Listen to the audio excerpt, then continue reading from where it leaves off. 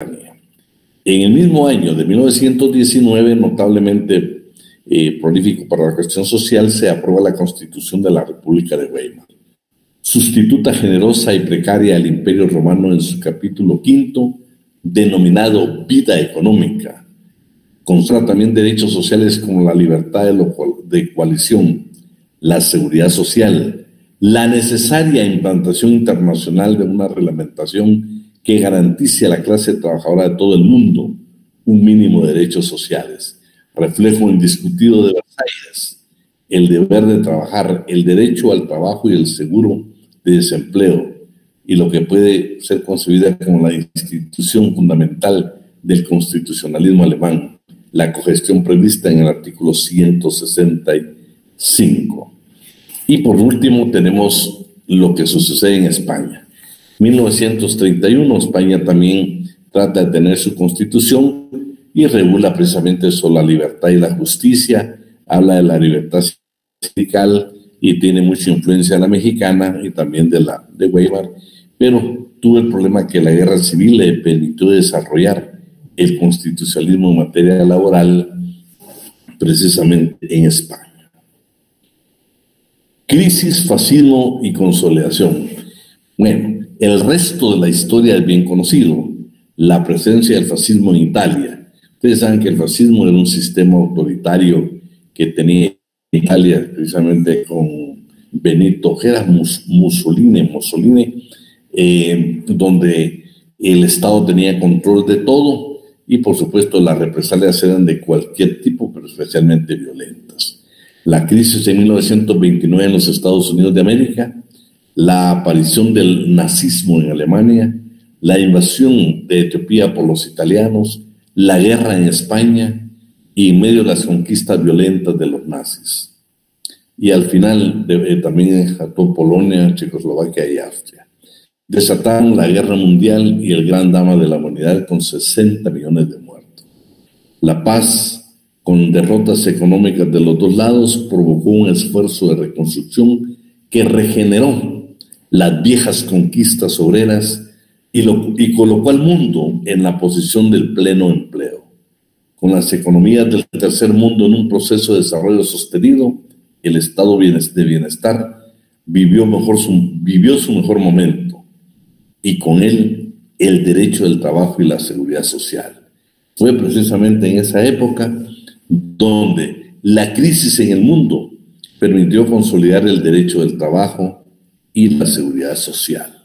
Ustedes saben que también en 1973 fue conocido en la historia porque los problemas de desempleo fueron inmensos y también esas crisis de una u otra manera han permitido el desarrollo del derecho del trabajo. En Guatemala, por supuesto, estudiamos a Mario López Larrabe con su libro Breve Historia del Movimiento Sindical en Guatemala. Primero, como en muchos países en el mundo, también en Guatemala, el contrato de locación de servicios es el antecedente histórico en Guatemala del contrato de trabajo. Estaba regulado precisamente en un código civil que era el decreto gubernativo 176 del 8 de marzo de 1877. Ahí es donde nace el contrato de trabajo, solo que nace en la parte del derecho común, el derecho privado, establecido en el Código Civil, el contrato de locación, antecedente histórico en nuestra Guatemala del contrato de trabajo. Primera ley de trabajadores. Interesante. La primera ley de trabajadores está en el decreto gubernativo 486 del 14 de febrero de 1894. Regula el trabajo más o menos forzado de los campesinos en las fincas, de los oligarcas cafetaleros, creando una judicatura privativa a los jueces de la agricultura. Lo interesante es de que no se trata de un juzgado o de jueces que defendieran a la clase trabajadora. Eran jueces de la agricultura que defendían los intereses de los oligarcas cafetaleros. No eran jueces que defendían reivindicaciones de carácter económico-social, o por qué no decirlo, no defendían los derechos de la clase trabajadora. Defendían los intereses de los cafetaleros en ese entonces, precisamente para continuar explotando a los campesinos en Guatemala. Pero yo no lo subrayé, pero vean qué interesante lo que pasa es. Dice, en 1906, vean por qué estos jueces de la agricultura favorecían, y como dice la historia, lo define muy bien. Dice que los finqueros guatemaltecos todavía hacían venta con los trabajadores en sus fincas. O sea, todavía tenían como que fuera un régimen de esclavitud. Vendían trabajadores, los finqueros se vendían trabajadores dentro de ellos.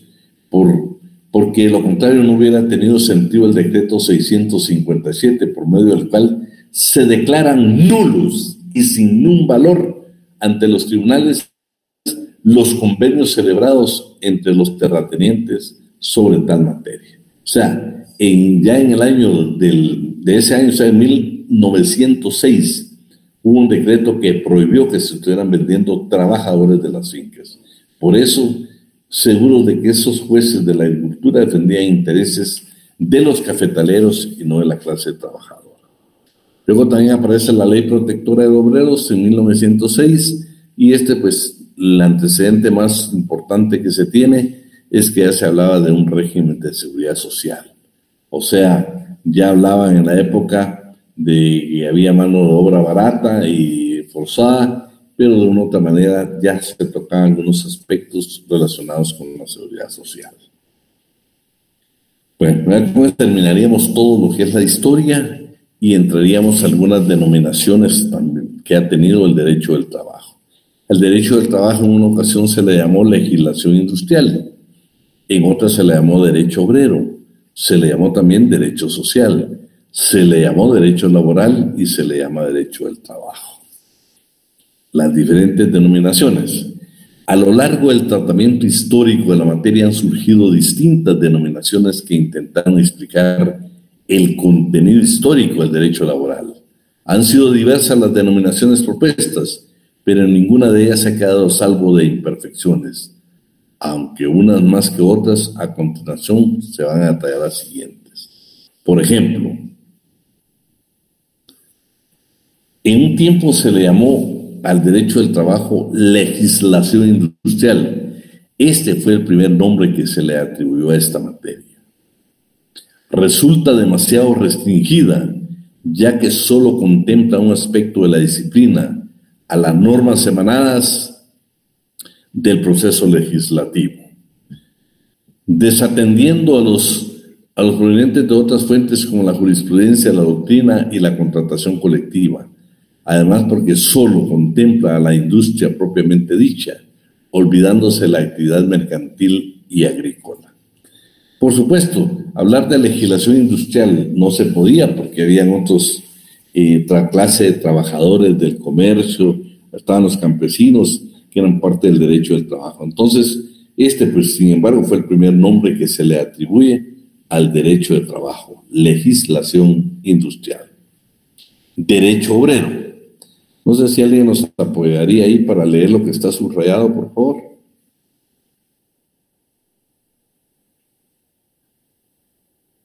Con mucho gusto, licenciado. Se rechaza esta denominación porque sus enlaces son muy limitadas, ya que de su misma letra se desprende que únicamente hace referencia al trabajo desarrollado por el trabajador de las fábricas. Bueno, si se dan cuenta, es exactamente al derecho obrero, pero, por ejemplo, ¿qué pasa con el campesino? ¿Qué pasa con el trabajador en otros rubros? No estaba incluido en esta denominación de derecho obrero. También se le llamó derecho social. Vean, los dos, la legislación industrial y derecho obrero eran muy restringidos, pero derechos sociales, al contrario, es demasiado amplio.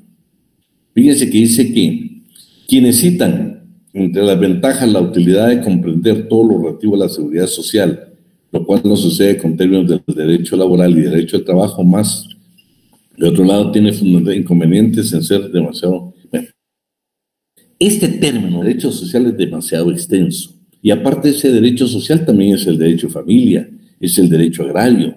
Casi todos los derechos, ustedes se dan cuenta, son derechos sociales. Entonces es demasiado extenso. Realmente no cubre la necesidad que se tiene del derecho del trabajo, de proteger a la clase trabajadora, de regular las relaciones entre patronos y obreros. Lo valioso de todo esto es de que fue un antecedente histórico, y es más, ellos consideraban, los que sostenían esta teoría, de que el derecho del trabajo en ese entonces se llamaba derecho social porque era una rama independiente, no tenía nada que ver con el derecho privado ni con el derecho público. Era un derecho naciente, el derecho social, que algunos ya lo tienen precisamente como un tercer derecho. Cuando no ubican una norma dicen que es parte del derecho social. Pero el derecho social, por supuesto, si uno lo analiza detenidamente, es como que estuvieras hablando del derecho público. ¿Querías preguntar algo o no? No. Bueno. Derecho laboral. Sinónimo de derecho laboral y derecho del trabajo. Primero, pues es el segundo, el que nosotros prácticamente debe ser el que más utilizamos. Sin embargo, para las actuales legislaciones lo tienen ya sea como derecho laboral o derecho del trabajo. Derecho del trabajo. ¿Me lees solo lo subrayado, por favor? Esta es la denominación más propia para disciplina. Su amplitud engloba todo el fenómeno del trabajo. Néstor de Buen, así dice, ¿verdad? Perdón, pero es que casi no veo aquí. Que esta denominación es la que ha tenido... Indican esto. Sí, ok. Que esta denominación es la que ha tenido mayor aceptación entre los... es que casi no veo, licenciado, disculpe. Está muy pequeño. Tratadistas, sí, en rigor no es una denominación plenamente satisfactoria. Gracias, compañera. Al menos en el estado actual de la ley y la doctrina, ya que sus disposiciones no comprenden a todas las actividades en que pueda manifestarse en el trabajo. ¿Sigo abajo? Sí, por favor. Ok. Sánchez Alvarado señala que aunque se ha criticado la denominación anterior diciendo que es demasiado amplia. Bien, él considera que es demasiado amplia. Y también dice que no es tan satisfactoria. Y son denominaciones que no dejan de tener razón crítica. ¿Saben por qué? Porque derecho del trabajo, la verdad que si lo veamos, debe de incluir una serie de instituciones que actualmente ya constituyen parte del derecho al trabajo.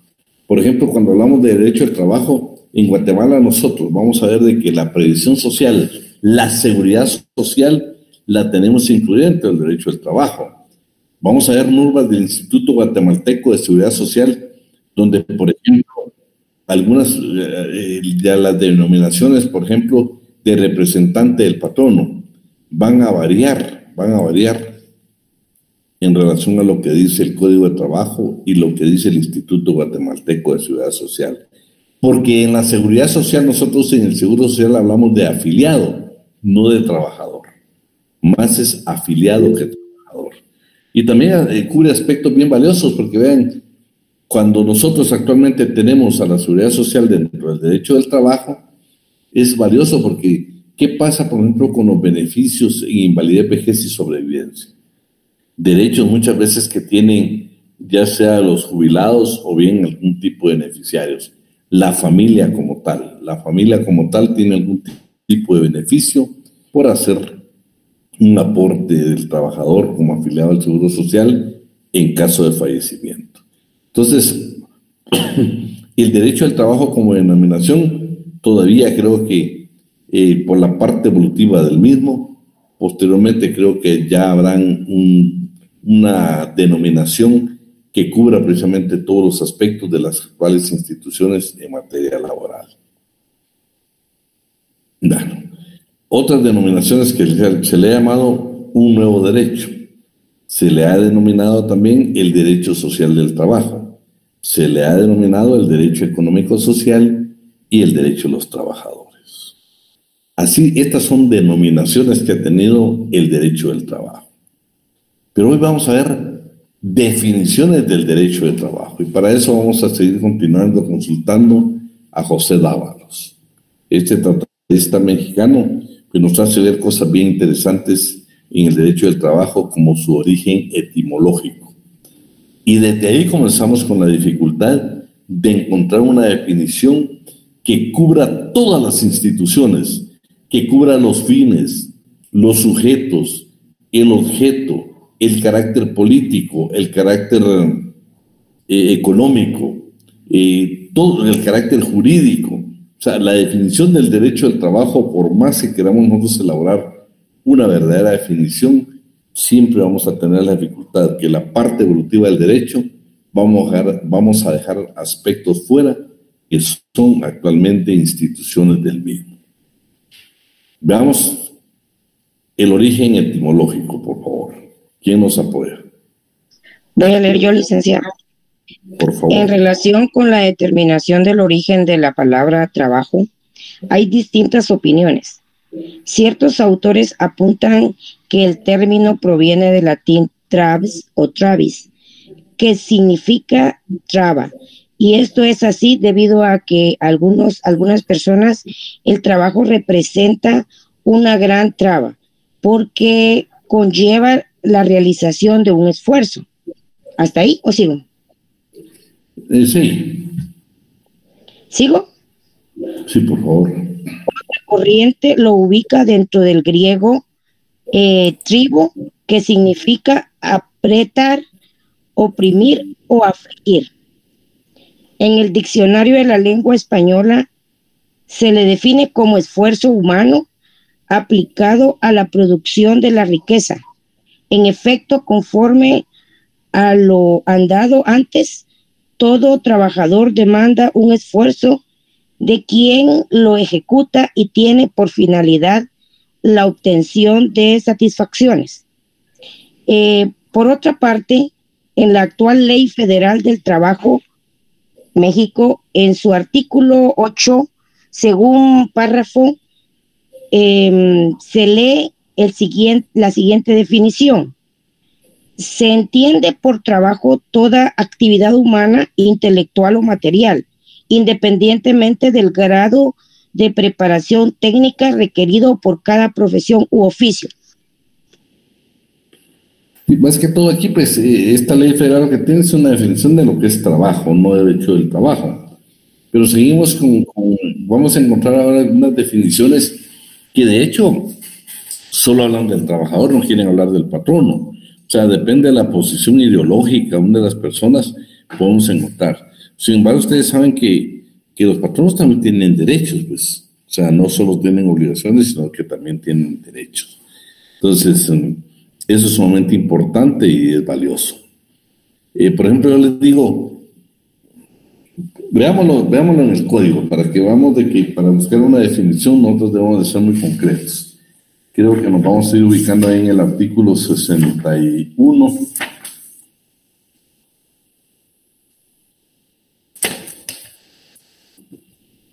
Pero más quisiera que buscáramos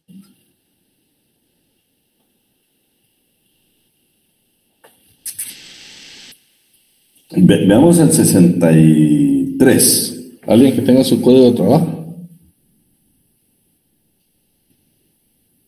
Aquí lo tengo, Lic. Por favor, si lo tenés ahí, Alejandro. Artículo 70, Okay. 63. Además de las contenidas en otros artículos de este código, en sus reglamentos y en las leyes de previsión social, son obligaciones de los trabajadores. A. Desempeñar el servicio contratado bajo la dirección del patrono o de su representante, a cuya autoridad quedan sujetos en todos los concernientes al trabajo. B. Ejecutar el trabajo con eficiencia, cuidado y esmero apropiado y en la forma, tiempo y lugar convenidos. C. Restituir al patrono los materiales no usados y conservar en buen estado los instrumentos y útiles que se le faciliten para el trabajo. Es entendido que no son responsables por el deterioro normal ni por el que se ocasione por caso fortuito, fuerza mayor, mala calidad o defectuosa construcción. D. Observar buenas costumbres durante el trabajo. E. Presentar los auxilios necesarios en caso de siniestro o riesgo inminente en que las personas o intereses del patrono o de algún compañero de trabajo estén en peligro, sin derecho a remuneración adicional. F. Someterse a reconocimiento médico, sea al solicitar su ingreso al trabajo o durante este, a solicitud del patrón, para comprobar que no padecen alguna incapacidad permanente o alguna enfermedad profesional, contagiosa o incurable, o a petición del Instituto Guatemalteco de Seguridad Social con cualquier motivo. G. Guardar los secretos técnicos, comerciales o de fabricación de los productos a cuya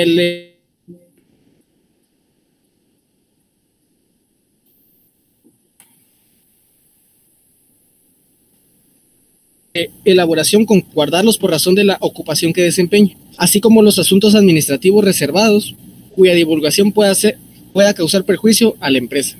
H. Observar rigurosamente las medidas preventivas que acuerden las autoridades competentes y las que indiquen los patronos para seguridad y protección personal de ellos o de sus compañeros de labores o de los lugares donde trabajen. Inciso I. Desocupar dentro de un término de 30 días contados desde la fecha en que se termine el contrato de trabajo la vivienda que les haya facilitado los patronos, sin necesidad de los trámites del juicio de desahucio. Pasado dicho término, el juez, a requerimiento de estos últimos, ordenará el lanzamiento, debiéndose tramitar el asunto en forma de incidente. Sin embargo, si el trabajador consigue nuevo trabajo antes del vencimiento del plazo estipulado, en este inciso, el juez de trabajo, en la forma indicada, ordenará el lanzamiento. ¿Está listo? Bueno, solo tengo una duda con lo que le dio lectura a Alejandro. ¿Sí, Lic? ¿Su código tiene todos los incisos que le dio lectura a Alejandro? Sí, licenciado. El mío sí, licenciado. Licenciado. Sí, licenciado. Sí, Lic. Me revisan, güey. Miren, el Licenciado le sugirió, yo quiero también repetirles esto. Consiga un código de trabajo totalmente actualizado, totalmente actualizado. Después vamos a discutir algunos incisos ahí que Alejandro nos hizo por darle lectura. Bueno, entonces, si se dan cuenta, nos vamos a encontrar entonces con el primer problema de buscar una definición del derecho del trabajo. Dice, hay definición, vamos a buscar ahora las definiciones. Hay distintas posturas sobre la forma en que se debe atribuir una definición a nuestra materia, o sea, derecho del trabajo. Algunos opinan que se tienen que dar al iniciar el estudio de una disciplina, para que de esta manera nos sirva como guía. Otros sostienen que se deben conocer elementos de la disciplina y posteriormente introducirlos en una definición. Algunos consideran que es útil dar una definición debido a la constante evolución del derecho del trabajo. Pese a todo esto, Guillermo Cabanela señala que para fijar una definición del derecho del trabajo se debe tomar en cuenta distintos aspectos, como la naturaleza jurídica, la autonomía, los sujetos y el objeto. Ese es el asunto que vamos a encontrar con la definición del derecho del trabajo. Para poder llegar a una definición, vamos a ver una serie de criterios. Entonces se van a dar cuenta ustedes que las definiciones que podemos encontrar con tratadistas o podemos encontrar en algunos códigos no nos van a permitir realmente incluir todas las instituciones del derecho del trabajo en una definición. Por eso es evolutivo, es cambiante, y yo creo que constantemente, pues, o lo mejor sería tener nosotros nuestra propia definición y no buscar un tratadista por lo evolutivo del derecho del trabajo. Vamos a ver entonces algunos criterios, ¿sí? Y dice criterios para la definición del derecho del trabajo. Aunque la doctrina no ha fijado de manera unánime un criterio para clasificar la definición del derecho del trabajo, se han hecho varios intentos para ello. Por ejemplo, Juan Gali sostiene que las definiciones se pueden agrupar de la siguiente manera. Posiblemente algunos autores tengan como referencia para definir el derecho del trabajo los elementos generales del derecho del trabajo. Otros van a tener como referente el contrato de trabajo. ¿Y por qué les digo esto? Veamos qué dice el artículo 18, primer párrafo del Código de Trabajo. ¿Alguien que lo tenga a la mano? Yo, licenciado. Por favor. Artículo 18. Dice, contrato individual de trabajo, sea cual fuere su denominación, es el vínculo económico jurídico mediante el que una persona, trabajador, queda obligada a prestar a otra, patrono, sus servicios personales o a ejecutarle una obra personalmente bajo la dependencia continuada y dirección inmediata o delegada de esta última, a cambio de una retribución de cualquier clase o forma. En el caso de los gerentes, directores, administradores, superintendentes, jefes generales de empresa, técnicos y demás trabajadores de categoría análoga a las enumeradas, dicha delegación puede incluso recaer en el propio trabajador. La exclusividad para la prestación de los servicios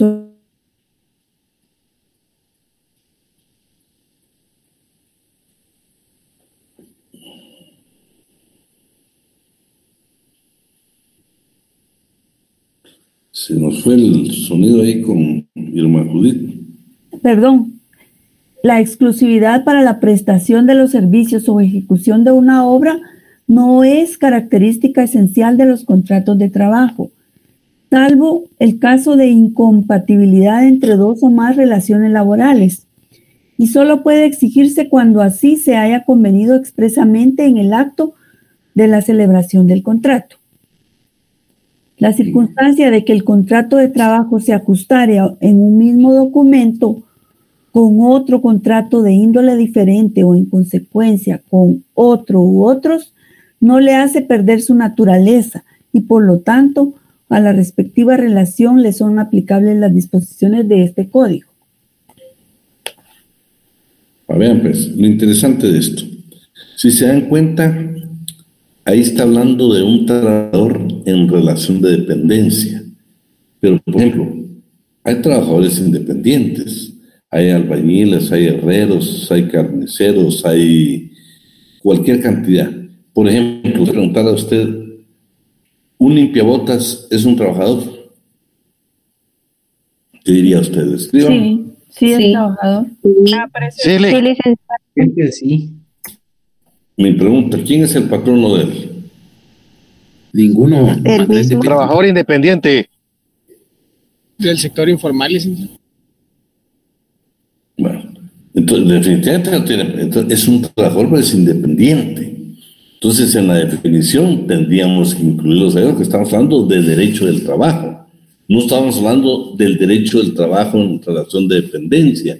¿Por qué? Porque vamos a ver de que realmente hay trabajadores que son independientes. Ya se ha tratado en Guatemala de darles, por ejemplo, cobertura del seguro social. Ya se ha platicado, ya han ellos tratado de buscar ese tipo de cobertura. Y desde ese momento en otros países donde le dan cobertura, ya son parte del derecho del trabajo.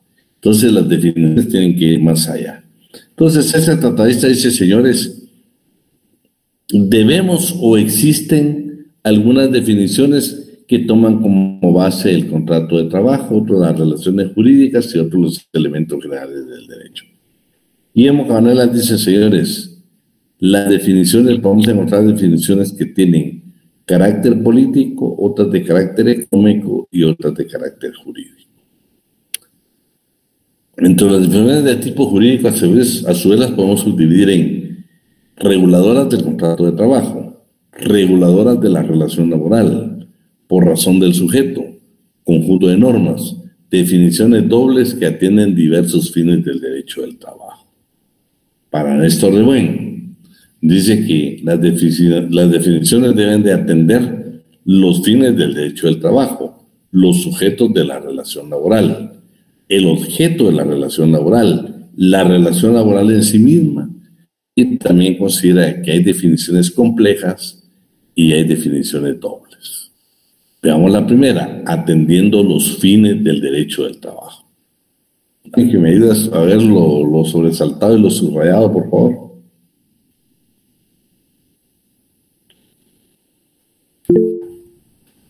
Dime, Gabriela. Solo el subrayado, ¿verdad, licenciado? Léeme el tratadista, por ejemplo, Urbina. ¿Qué es Urbina? Ok. Trevor Urbina concibe el derecho del trabajo como el conjunto de principios, normas e instituciones que protegen, dignifican y tienden a reivindicar a todos los que viven de sus esfuerzos materiales e intelectuales para la realización de su destino histórico, socializar a la vida humana. ¿Hasta ahí está bien?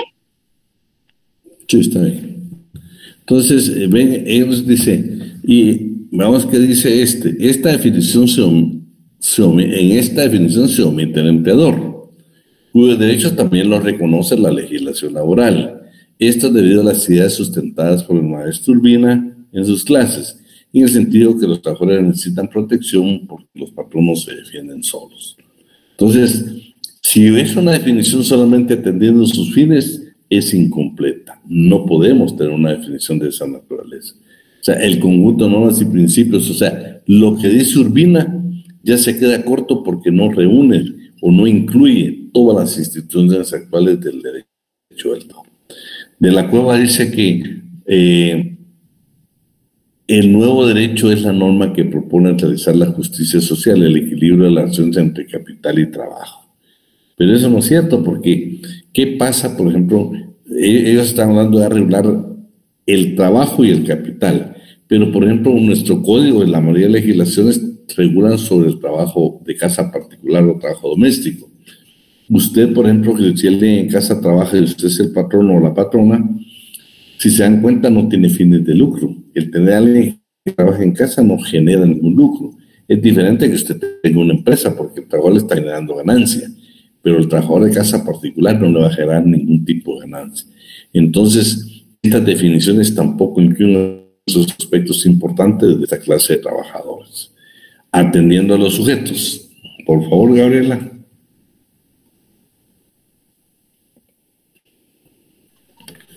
Donde dice Alfred Weck. Sí. ¿Sí? Ok. Sí. Alfred Weck y H.C. Niperday consideran que el derecho del trabajo es el derecho especial de los trabajadores dependientes. ¿Continúa? Sí, por favor.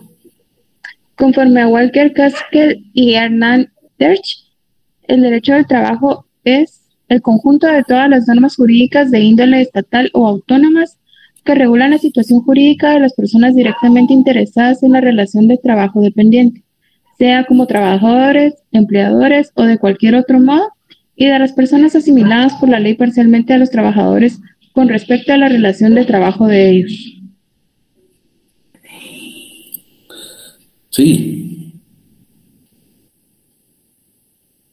Gabriela. Continúo. Baleya lo define como el complejo de normas jurídicas que se refieren a las clases trabajadoras. Para Funch, son las normas jurídicas dirigidas a regular las relaciones de trabajo entre patrones y obreros. Estas definiciones son incompletas, ya que no mencionan los fines del derecho del trabajo e incurren en el defecto de integrar en ellas lo definido. Pues, o sea, dice que tampoco llenan las expectativas de una verdadera definición del derecho del trabajo, atendiendo al objeto de la relación laboral. Por favor, Gabriel.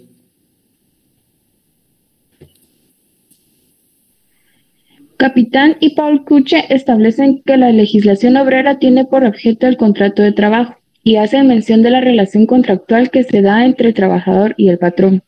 Rafael Caldera, por su parte, concibe el derecho del trabajo como el conjunto de normas jurídicas que se aplican al hecho social trabajo, tanto por lo que toca a las relaciones entre quienes intervienen en él y con la actividad en general, como el mejoramiento de los trabajadores en su condición de tales. Podemos decir que este tipo de definiciones son limitativas y restringen en gran medida el campo de acción de nuestra disciplina, pues en ellas no se hace referencia a los fines del derecho y solo se toma al derecho del trabajo como un sistema regulador. Bueno, entonces dice, podemos decir que este tipo de definiciones son limitativas y restringen en gran medida el campo de acción de nuestra disciplina. Luego tenemos atendiendo la relación de trabajo en sí misma. Por favor, Gabriela, solo subrayado. Ok. Son tablas las definiciones que atienden a la relación laboral y que se complementan señalando los fines que debe realizar la norma reguladora de estas relaciones. De este modo, Gali afirma que el derecho del trabajo es el conjunto de principios y de normas positivas que regulan las relaciones jurídicas derivadas de la prestación subordinada retribuida de la actividad humana. Pérez Botija considera dentro de este grupo el conjunto de principios y de normas que regulan las relaciones de empresarios y trabajadores y de ambos con el Estado, a los efectos de la protección y tutela del trabajo. Daniel Antokolets señala que puede definirse el derecho del trabajo como un conjunto de principios doctrinarios y disposiciones positivas nacionales e internacionales que regulan las relaciones del capital con el trabajo. Tampoco no termina siendo completa por diferentes otras instituciones del derecho del trabajo. Por ejemplo, parte del derecho colectivo no lo mencionan. Veamos estas complejas, por favor. Aquí podemos encontrar definiciones que establecen las principales características de nuestra disciplina con el riesgo de caer en lo descriptivo, por lo que se pierde la nota científica que debe poseer una definición. Para Castureña, el derecho obrero es el conjunto de normas y principios que rigen la prestación subordinada de servicios personales, la asociación de quienes la prestan y de quienes la reciben. La regulación uniforme del trabajo crea las autoridades que se encargan de aplicar esas normas y fija los procedimientos que garantizan la eficacia de los derechos subjetivos que de las propias normas derivan. Por su parte, Cabanellas define el derecho laboral como aquel que tiene por finalidad principal la regulación de las relaciones jurídicas entre empresario y trabajadores y de unos y otros con el Estado en lo referente al trabajo subordinado y en cuanto atañe a las profesiones y a la forma de prestación de los servicios y también en lo relativo a las consecuencias jurídicas mediatas e inmediatas de la actividad laboral dependiente.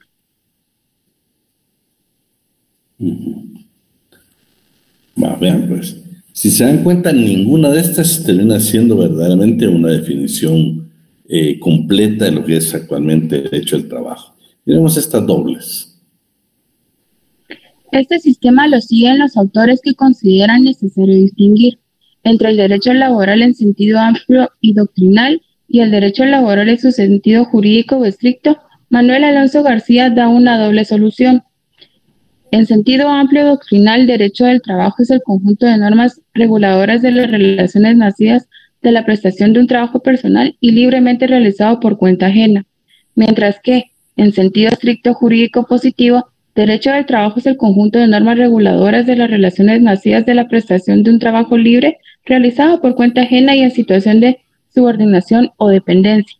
Estas diferencias carecen de sentido en el sistema jurídico mexicano, ya que el trabajo que regula la ley solo es el trabajo subordinado. Bueno, entonces, si se dan cuenta, ninguna llena las expectativas de la parte evolutiva del derecho del trabajo. Imagínense, hay partes del derecho del trabajo, por ejemplo, veamos que, fíjense, pues, en el artículo 148, creo que es 138, perdón, del Código de Trabajo, y 139. Alguien que lo tenga en la mano, por favor. Yo, licenciado. Por favor. Trabajo 138, 139. Capítulo primero, trabajo agrícola y ganadero. Artículo 138. Trabajadores campesinos son los peones, mozos, jornaleros, ganaderos, cuadrilleros y otros análogos que realizan en una empresa agrícola o ganadera los trabajos propios y habituales de ésta. La definición anterior no comprende a los contadores ni a los demás trabajadores intelectuales que pertenecen al personal administrativo de una empresa agrícola o ganadera. Artículo 139. Todo trabajo agrícola o ganadero desempeñado por mujeres o menores de edad con anuencia del patrono da el carácter de aquellas o estos de trabajadores campesinos, aunque a dicho trabajo se le atribuya la calidad de coadyuvante o complementario de las labores que ejecute el trabajador campesino, jefe de familia. En consecuencia, estos trabajadores campesinos se consideran vinculados al expresado patrono por un contrato de trabajo. Pues fíjate qué interesante. ¿Por qué quería que viéramos esa parte? Vean lo que dice relacionado a las mujeres y a los niños. habla de un trabajador coadyuvante o complementario. Por ejemplo, una definición de derecho al trabajo tendríamos que incluir a esos niños y a estas mujeres para que fuera completa la definición del derecho al trabajo. Y por supuesto, si nos vamos a régimen especial, vamos a encontrar una serie de elementos esenciales para buscar una verdadera definición del derecho al trabajo. Sin embargo, creo que pues, tratadistas guatemaltecos como el licenciado César Landelino Franco pues da un acierto bastante cerca a lo que puede ser una definición clara, siempre pensando que el derecho va a ser evolutivo y que con el transcurso del tiempo hay que incluir otras instituciones. Por favor, alguien que lo tenga ahí a la mano.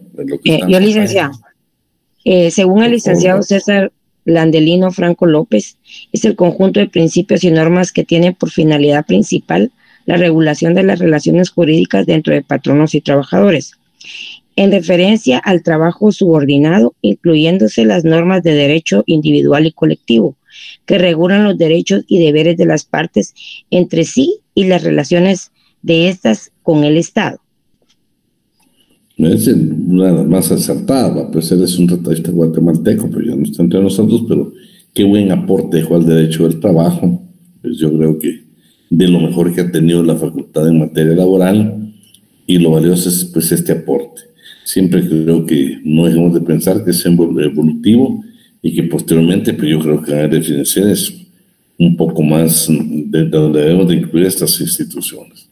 Vean estas, por ejemplo, estas tampoco eran las expectativas, porque no llegan, leámoslas para que nos queden grabadas, pero ninguna de ellas realmente llega a cubrir todos los aspectos del derecho del trabajo. Por favor, Pati. Muy bien. Según de la Cueva, una congerie de normas que, a cambio de trabajo humano, intentan realizar el derecho del hombre a una existencia que sea digna de persona humana. Según Trueba Urbina, conjunto de principios, normas e instituciones que protegen, dignifican y tienden a reivindicar a todos los que viven en sus esfuerzos materiales e intelectuales para una realización de los destinos históricos. Socializar la vida humana. No hicieron las expectativas. Tenemos esta mexicana y de estos otros dos actores. Muy bien. Se entiende por trabajo toda actividad humana, intelectual o material, dependientemente del grado de preparación técnica requerido por cada profesión u oficio. Alfredo Sánchez Alvarado dice: derecho del trabajo es un conjunto de principios, normas que regulan en sus aspectos individuales y colectivos las relaciones entre los trabajadores y patronos, entre los trabajadores entre sí y entre los patrones entre sí, mediante la intervención del Estado con el objeto de proteger y titular a todo aquel que preste un servicio subordinado y permítele vivir en condición digna que como ser humano le corresponde para que pueda alcanzar su destino. Vemos que dice Néstor de Buen. Néstor de Buen dice: derecho del trabajo es el conjunto de normas relativas en las relaciones que directa o indirectamente derivan de las prestaciones libres, subordinadas e inmuneradas, de servicios personales y cuya función es producir el equilibrio de los factores en juego mediante la realización de la justicia social. Bueno, entonces si se dan cuenta, ninguna realmente era expectativa, la más cerca, la mejor, tal vez, es precisamente la licenciada César Landelino Franco. Esto se lo dejo como comentario, pues, en esta parte, pero por favor quiero que lo vamos a dejar como lectura, que lo lea, por favor, Pati. Me interesa porque esto va a venir una pregunta en el examen de esto, por eso quiero que usted lo vamos a grabar para que nos quede precisamente para efectos de examen. Por favor, Pati. Muy bien.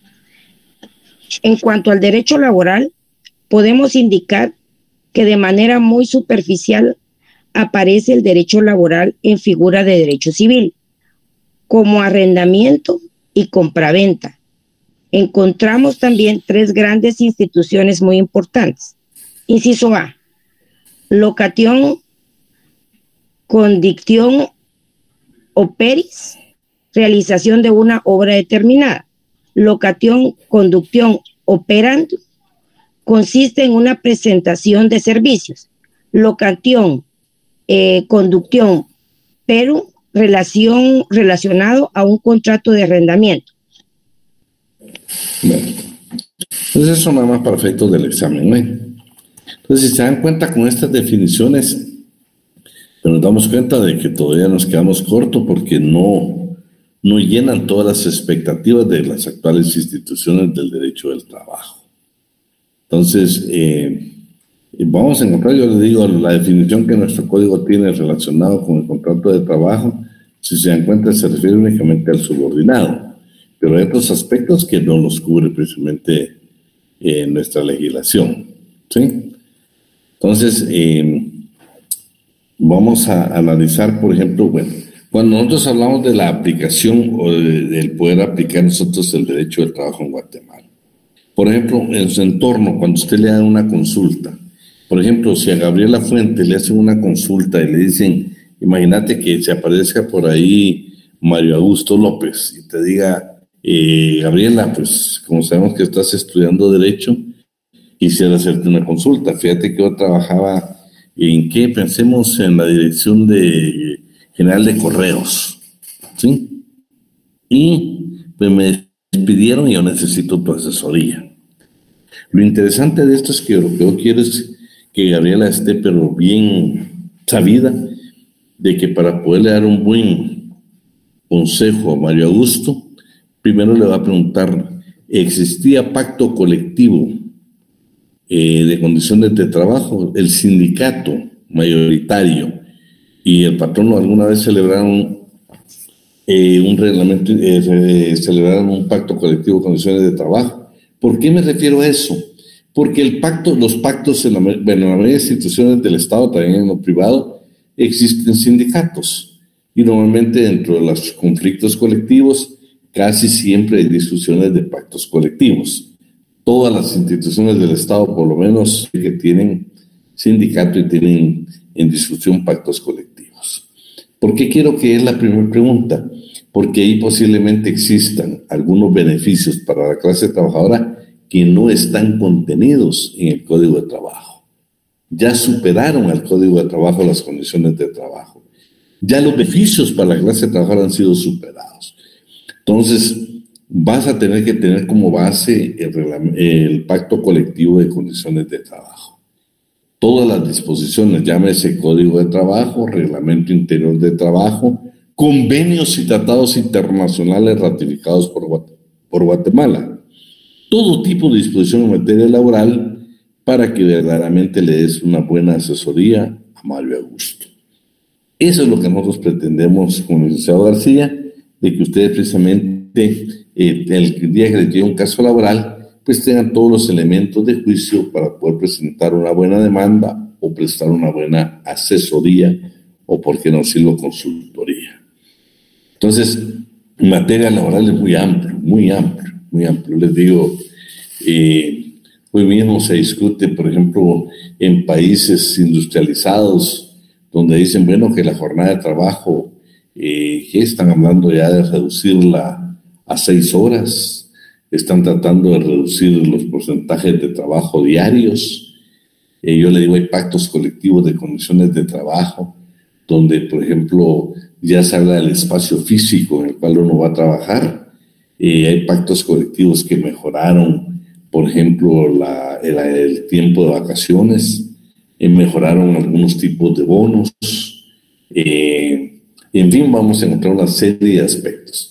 Y el pacto colectivo de condiciones de trabajo, lo valioso es de que, por ejemplo, el que celebró los trabajadores del Registro General de la Propiedad, ese pacto no es aplicable, por ejemplo, al registro mercantil. Ese pacto únicamente, el del registro de la propiedad, va a regir únicamente para los trabajadores y, por supuesto, el patrono del registro. No es un pacto o una ley aplicable en el nivel general, únicamente en la institución donde se celebró. Igualmente, pues el registro mercantil tendrá su propio sindicato y tendrá logros que no ha logrado la clase trabajadora del Registro General de la Propiedad. Entonces, es una ley tan específica, tan especial que es para el lugar. Y es una ley con carácter de ley profesional. Vamos a ver, alguien tiene el Código de Trabajo para que me lea el artículo 49. No lo tengo claro. Si gustas, lo leo.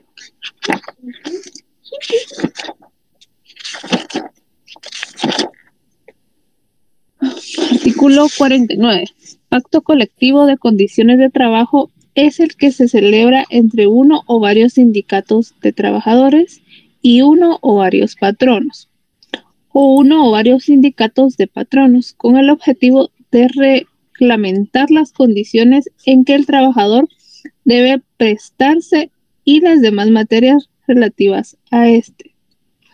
El pacto colectivo de condiciones de trabajo tiene carácter de ley profesional y a sus normas deben adaptarse todos los contratos individuales o colectivos existentes o que luego se realicen en las empresas, industrias o regiones que afecte. Las disposiciones de los artículos 45 al 42 inclusive son aplicables al pacto colectivo de condiciones de trabajo en lo que fuere compatibles. Si se dan cuenta, entonces, con la naturaleza esencialmente normativa de esto. Si se dan cuenta, lo que Azucena nos hizo favor de darle lectura, vimos que tiene carácter de ley profesional. Entonces, por ejemplo, en materia laboral, usted tiene que reglamentos, cualquier tipo de disposición, ¿sí? Bueno, después vamos a hacer un análisis de alguna ley actualizada que está sucediendo hoy. Solo déjenme ver que vamos a entrar al siguiente punto, que es la naturaleza jurídica del derecho del trabajo. Bueno, este es ya otro tema, siempre de la primera parte del programa, que se refiere a la naturaleza jurídica del contrato de trabajo. Siempre con un pensamiento, y el pensamiento es: lo único imposible es aquello que no intenta. Entonces, vamos a ver la naturaleza jurídica del contrato de trabajo. Al hablar de la naturaleza jurídica del contrato de trabajo, ¿qué es la naturaleza jurídica de una institución? Dice que la naturaleza jurídica de una institución es buscar el origen de las cosas, su principio, su proceso, su fin, la esencia de cada cosa. Por ejemplo, en materia del derecho del trabajo, tenemos teorías, por ejemplo, como el derecho privado, el derecho público, y aún algunos dicen del derecho natural. Para definir la naturaleza jurídica del derecho del trabajo, los tratadistas han realizado, por ejemplo, enfoques desde el punto de vista de sus normas, sobre sus instituciones y sobre la tutela de intereses. Vamos a ver primero qué es la privativa. Los tratadistas que sostienen esta teoría manifiestan que todo lo relativo a la contratación individual y a las condiciones de trabajo está formada por instituciones del derecho privado. Consideran que el término, la denominación contrato, es un acuerdo de voluntades y eso sucede únicamente en el derecho privado. También argumentan que en un contrato de trabajo hay precisamente la voluntad, la parte espontánea. Por ejemplo, si José y Leslie van a celebrar un contrato de trabajo, bueno, dicen, señores, primero, de que hablan la palabra contrato, estamos hablando del derecho privado. 2, va a haber un acuerdo de voluntades. Usted me presta el servicio y a cambio de eso le pago un salario. Eso consideran ellos. Entonces, 2, dicen ellos, históricamente el derecho del trabajo estaba regulado como el contrato de locación de servicios en el Código Civil, en el derecho común. Entonces, señores, nosotros consideramos que el derecho del trabajo es precisamente de una naturaleza de derecho privado. Claro, sabemos que eso no es cierto. ¿Por qué? Primero, El antecedente histórico, hemos hablado que el derecho de trabajo es evolutivo. Entonces, todo eso desaparece como tal. 2, exactamente es un contrato, pero es un contrato totalmente diferente. No es un contrato de lo que se celebra, un contrato de compraventa, un arrendamiento, no. Ese tipo de contrato, no. Este es un contrato especial. Y segundo, no es cierto que hay autonomía de la voluntad. Por ejemplo, usted no puede decir, bueno, vamos a celebrar un contrato de trabajo, Lidia con Avidán, y bueno, vamos a pactar que la jornada de trabajo de 9 horas, en la jornada diurna, por ejemplo. Eso no lo podemos pactar. Vamos a pactar de que la jornada nocturna es de 8 horas, tampoco lo podemos pactar. Vamos a pactar que le voy a pagar 3,000 quetzales. No podemos pactar eso, porque hay condiciones mínimas. No podemos decir, bueno, de vacaciones le vamos a dar únicamente 12 días, porque como estoy comenzando la empresa, mejor solo 12 días. No te voy a pagar la bonificación anual para el sector público y privado porque estoy comenzando. Te voy a pagar únicamente, no se puede, porque son garantías mínimas, irrenunciables para la clase trabajadora. Primero, el patrono no puede, de conformidad con el artículo 12, si les llega a notar, son nulas de pleno derecho. 2, el trabajador no puede renunciar a los derechos que le otorgan como garantías mínimas el Código de Trabajo y demás disposiciones legales en materia laboral. En Guatemala, por supuesto, López Larrabee hace la referencia y lo que hemos hablado, exactamente como un antecedente histórico, el contrato de trabajo en Guatemala inicialmente, comparado con el Código Civil de 1877, se le denominó contrato de locación de servicios, pero ese es un antecedente histórico.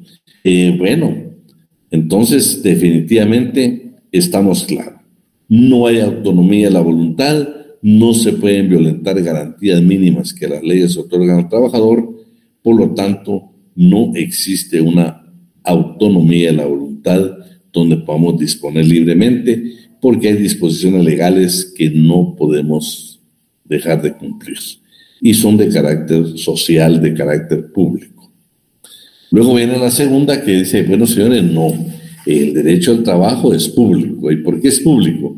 Porque contiene normas de interés público irrenunciables y porque el Estado debe ejercer la vigilancia para los derechos mínimos contenidos en la ley que sean aplicables desde el momento del inicio de la relación laboral. En la celebración del contrato de trabajo, en la ejecución de la obra o el servicio, exigiendo el cumplimiento de las obligaciones de patronos y trabajadores. Ningún trabajador puede renunciar a sus derechos que le otorga la legislación. También no existe autonomía de la voluntad porque no podemos nosotros incluir derechos mínimos que se le otorgan al trabajador. Y además, en el cuarto considerando inciso B del Código de Trabajo, se indica dentro de las características ideológicas del mismo que el derecho del trabajo en Guatemala es una rama del derecho público, porque al ocurrir su aplicación, el interés privado debe ceder ante el interés social o colectivo. Entonces, por favor, estamos claros que en Guatemala y en la mayoría de países del mundo, el derecho del trabajo, su naturaleza jurídica, es parte del derecho público. Existe una concepción dualista, dice, señores, por ejemplo, tratadistas como Salomón González Blanco, dice, señores, la verdad es de que no es que sea público ni privado, es mixto, tiene ambas, porque el antecedente histórico, que era parte del derecho civil o derecho común, y que un contrato se refiere a la parte del derecho privado, también es cierto que no se incluyó, que hay normas en el derecho del trabajo, como el sindicato, la Inspección General de Trabajo, la huelga y otros aspectos que lo hacen ser parte del derecho público. Entonces dice, el contrato en sí es parte del privado y instituciones como sindicatos, como huelga, son parte también del derecho público. Entonces dice, bueno, tiene de ambas, lo cual no es cierto porque no puede ser parte del derecho privado jamás. Tratadistas como Pérez Botija considera que el derecho de trabajo como un conjunto inseparable de instituciones del derecho público y del derecho privado. Él considera que contiene normas de ambos y que son inseparables. Ya José Dávalos lo ve desde el criterio de vista siguiente. Él dice que si el Estado actúa como tal, sí lo hace con el poder frente a un particular si está en el campo del derecho público. Pero si el Estado deja de actuar con el imperio político, se coloca en una situación igual que el particular, estamos en parte del derecho privado. Y también existe una teoría que dice que no, señores, el derecho del trabajo no es ni público ni privado, sino que es social. Tratadistas como García Oviedo dice, el derecho dice que todo lo relativo a la prestación de servicios debe considerarse dentro del derecho social, pues si el grupo de trabajadores se engendra problemas de carácter social. Urbina afirma que el derecho social es el conjunto de principios, instituciones y normas que en función de su integración protegen, tutelan y reivindican a los que viven a su trabajo y que son los económicamente débiles. Para Mario de la Cueva, define que derechos sociales como los que proponen, por ejemplo, entregar la tierra, él se va más allá. Y dice, señores, considera que el derecho al trabajo es un estatuto de la clase trabajadora que impuso la Constitución para definir la posición frente al capital y fijar los beneficios mínimos. O sea, dice, señores, es derecho social porque es la defensa del interés colectivo de la clase trabajadora frente al capital. En Guatemala, también la Constitución, en el artículo 101, la Constitución Política de la República de Guatemala, establece que el régimen laboral del país debe organizarse conforme a principios de justicia social. Lo que no debemos de confundirnos es que es principio de justicia social. No está indicando que la naturaleza jurídica sea de carácter social. Ya indicamos, y por eso ponemos esta conclusión final, ¿sí?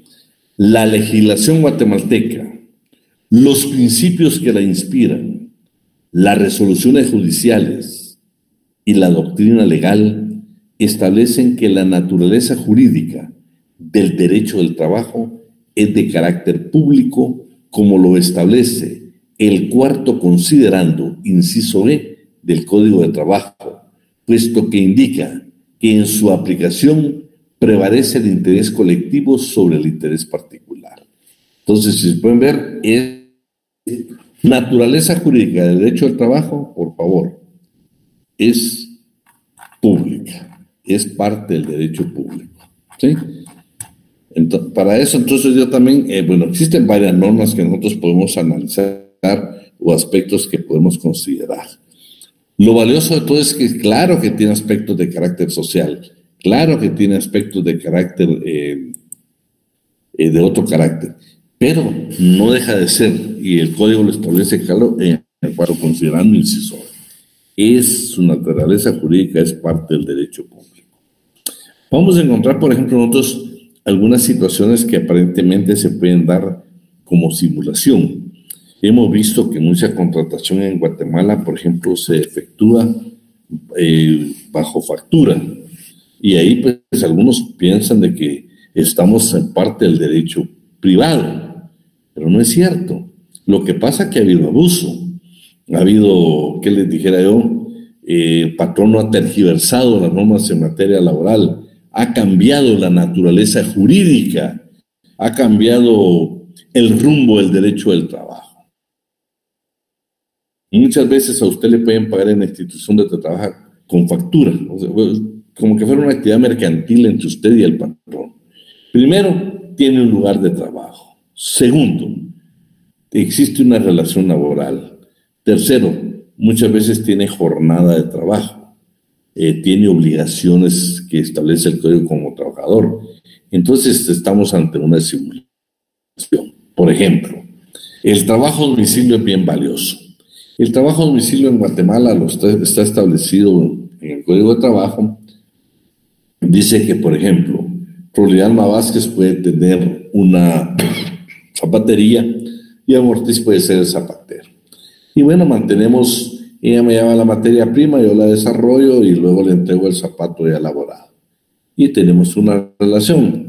Pero de repente viene el consejo y le dicen a Floridalma, Floridalma, le estás pagando a Vidán aguinaldo, bonificación para el sector público y privado, le estás pagando aguinaldo, le estás pagando vacaciones, le estás cancelando cualquier otro tipo de prestación laboral. ¿Por qué no me dejas, hacemos algo? Vendele tú la materia prima y el que te venda ya el calzado elaborado. Y ahí estarías en una actividad mercantil, porque tú le vendes la materia, él te la compra, facturan, y luego cuando él le da el zapato, tú te lo compras y facturan. Aparentemente estaríamos en una actividad mercantil. Pero veamos qué dice el artículo 156 del Código de Trabajo. ¿Alguien lo tiene a la mano?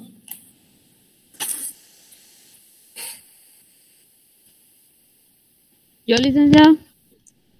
Por favor. Artículo 156. Trabajadores a domicilio son los que elaboran artículos en su hogar o en otro sitio elegido libremente por ellos, sin la vigilancia o la dirección inmediata del patrono o de la representante de este. La venta que haga el patrono al trabajador de material. Sanabria, espérate un ratito. La primera parte de esa definición, fíjense que esto es lo que yo les indicaba cuando hablábamos de la definición del derecho del trabajo. Vean qué diferente es, vean lo que está hablando.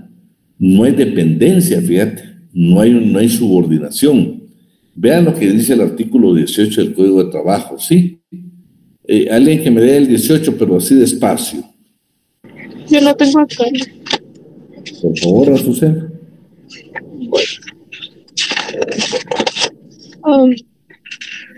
Contrato individual de trabajo.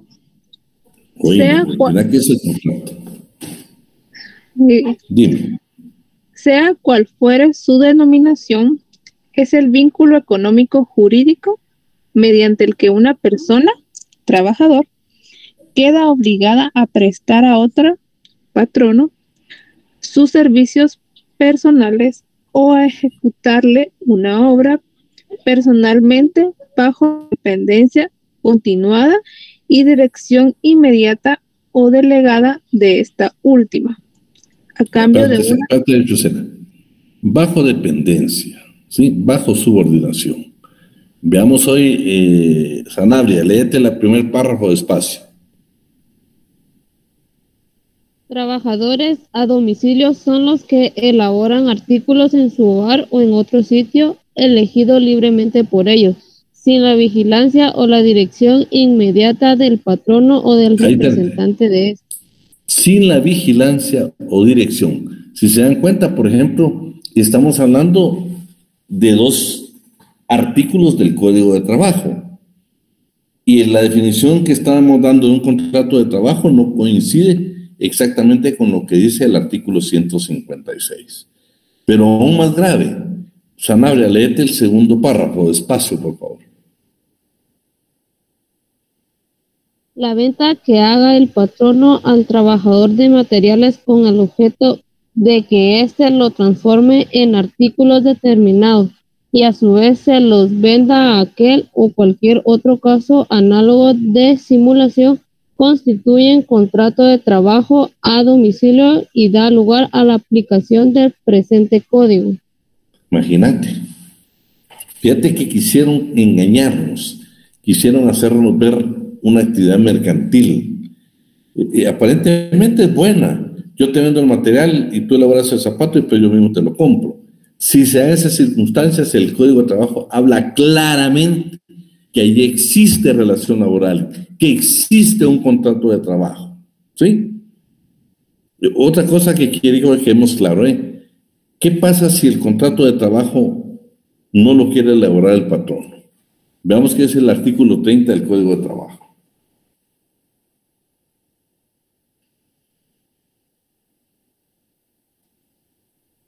Artículo 30.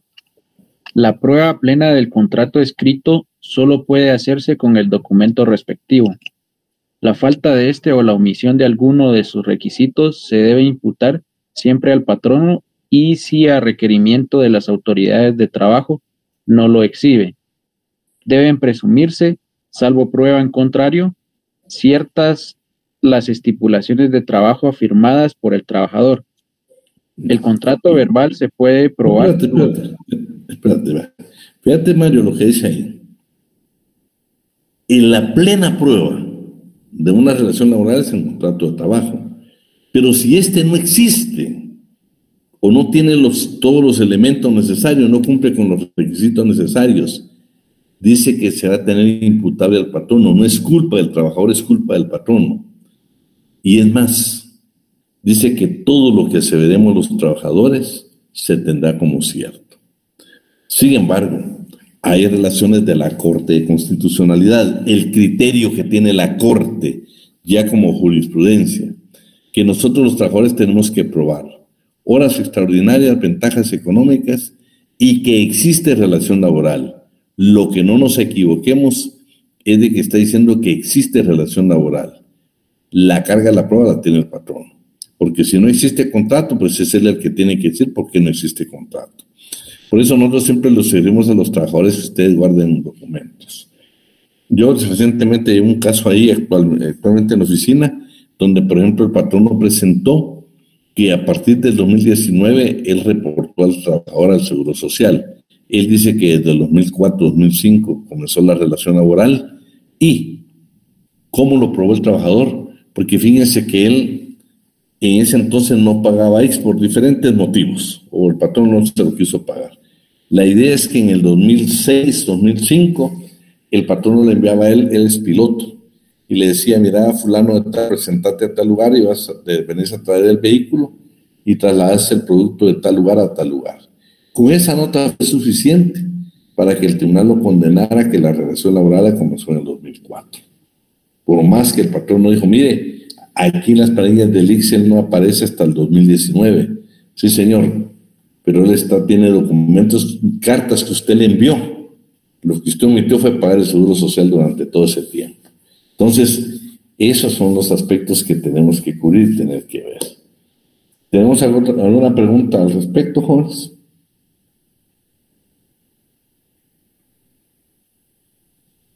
Bueno, ya le dije, decime, William.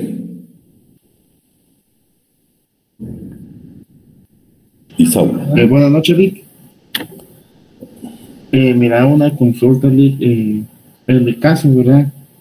Yo estoy trabajando en una fábrica de camas, ¿verdad? Y llevo, 7 años laborando ahí. Sinceramente me pagan así por semanal con lo que hago, pues. Y trabajo de lunes a viernes. Eso sí, no tengo horario así como que puedo entrar a las 8 y la hora que yo salgo. Pero mi duda es, eso sí, no he gozado de las, por ejemplo, vacaciones, ni aguinaldo, ni bono, ni el seguridad social. Mi pregunta es, ¿será que es justo lo que no gozo de esas? No. Óyeme pues. Vamos a ver aquí, pues si quieres te adelantás. La ley permite la denuncia verbal, permite la denuncia verbal, sin dar nombre, inclusive permite la denuncia anónima. Cuesta, yo te digo, no es fácil, cuesta, hay que tener. Yo soy de la idea de que, sin dar el nombre para evitar represalias, yo te diría que vale la pena denunciar al Ministerio de Trabajo, a la empresa, para que un inspector se verifique tales extremos. Yo te digo, porque la represalia más grande es, pues, vos sabes que es el despido, ¿va? Si se van a enterar. Pero la ley permite esa llamada anónima, esa llamada denunciando, porque legalmente tendrían que pagarte todos esos derechos. Esos son derechos irrenunciables. Bueno, una más. Saulo. Bueno, digamos, licenciado, disculpa. Digamos, por ejemplo, al momento que yo renuncio, puedo pelear mis derechos, lo que se me dieron, claro, por ejemplo. Claro. Ajá. Lo que tenés que guardar, William, es algún tipo de comprobante de lo que la forma que ellos te han pagado, cheque o algo. Solo, digamos, de lo que llevo el tiempo allí, tengo guardado unos 4 vouchers nada más. ¿Me puede servir? Eso es suficiente para probar que hay relación laboral. Ah, ok. Vale. Gracias, licenciado. Saulo, Bueno, sí, como una consulta. ¿Qué pasa con aquellas empresas de que, bueno, ya la mayoría de empresas agarran la mala costumbre de que solo pagan el salario mínimo y obviamente para no reportar el IX y lo que hacen para que uno tenga un poco mayor salario, pues pagan como los famosos bonos o comisiones, ¿verdad? ¿Qué pasa con ese tipo de acciones que realizan las empresas? No, fíjate, Saulo, que por ejemplo, los bonos hay que establecerlos bien, inclusive las comisiones, porque las comisiones son salarios. Yo te digo, fíjate que, bueno, no sé, pero te voy a hablar de un caso que viví hace muchos años. Yo vi un caso de un mesero, y la discusión era si la propina era o no era parte del salario. Es interesante, porque si yo les pregunto a ustedes, está la duda, va, pues chica, pero si esa la paga el comensal, va, vos de buena onda dejas tu propina. Pero si vos vas a los restaurantes y mirás el tipo, cómo manejan ellos, muchas veces vos dejas la propina y lo que hacen es repartirla entre todos los empleados. Entonces, deja de ser un beneficio de otra naturaleza y se convierte en salario. Mira, para eso vamos a tener que analizar. Yo tal vez por el tiempo te vamos a contestar. Nada más te quiero decir, está el convenio 95 de la OIT. Tal vez de repente le echas una miradita, habla respecto al salario, y te vas a dar cuenta de que las comisiones son salario. Las comisiones son salario. Vamos a ver el código también. Dale. Bueno, lo vamos a dejar ahí a Azucena a Azucena la última. Perdón, Lick, solo le quería aportar algo. Fíjese que yo hace poquito estaba consultando en el Ministerio de Trabajo sobre las denuncias. Según lo que me informaron, ya no pueden ser anónimas, pero no sé, Lick. Yo, porque justo o no sé si son las personas las que realmente no brindan la información cuando uno llega al ministerio, ¿verdad? Pero esa vez a mí... Lo vamos a ver, tenemos base legal para lo que estamos diciendo. Te lo vamos a dar un día esto, la base legal, porque sí la tienen que recibir, pues. Imagínate, si no, seguro, llamás hoy y mañana estás despedida. Licenciado, disculpe. Sí, yo solo comento, sí tuve conocimiento de una denuncia que hicieron a la empresa, pero sí nos dijeron de la inspección quién había sido, el nombre de la persona. Sí. Qué barbaridad. Pero no, la ley dice que puede ser anónimo. Solo quiero, por la última pregunta, todo este material yo se lo voy a enviar a ustedes, por favor, de eso no se preocupen, ¿no? Yo no soy de las personas no soy de los docentes, yo respeto a aquel que tiene su libro y lo vende. Yo en lo personal, pues tengo otra forma de pensar en mi vida y no lo hago, No lo hago porque sé que tenemos trabajadores de todas las clases sociales y especialmente muchos de que no tienen trabajo, se quedaron sin empleo y compraron un texto sumamente caro. Todo lo que hemos visto yo se lo voy a enviar. Se lo voy a enviar a partir del 14, porque la última clase de la primera fase que tenemos del programa la terminamos el día 13 con el licenciado Alan, que va a hablar de los principios que inspiran el derecho del trabajo. Y a partir del día 14 nosotros se las hacemos llegar. Tranquilos, todo eso no tiene ninguna pena, nosotros se lo vamos a hacer llevar. No hay texto de que usted lea para decirle esto, no tiene por qué hacerlo. Yo leo mucho los tratadistas mexicanos que me parecen muy atinados. Así de que no se preocupen por eso. Pasen una buena noche y si Dios quiere, pues nos vemos el día lunes.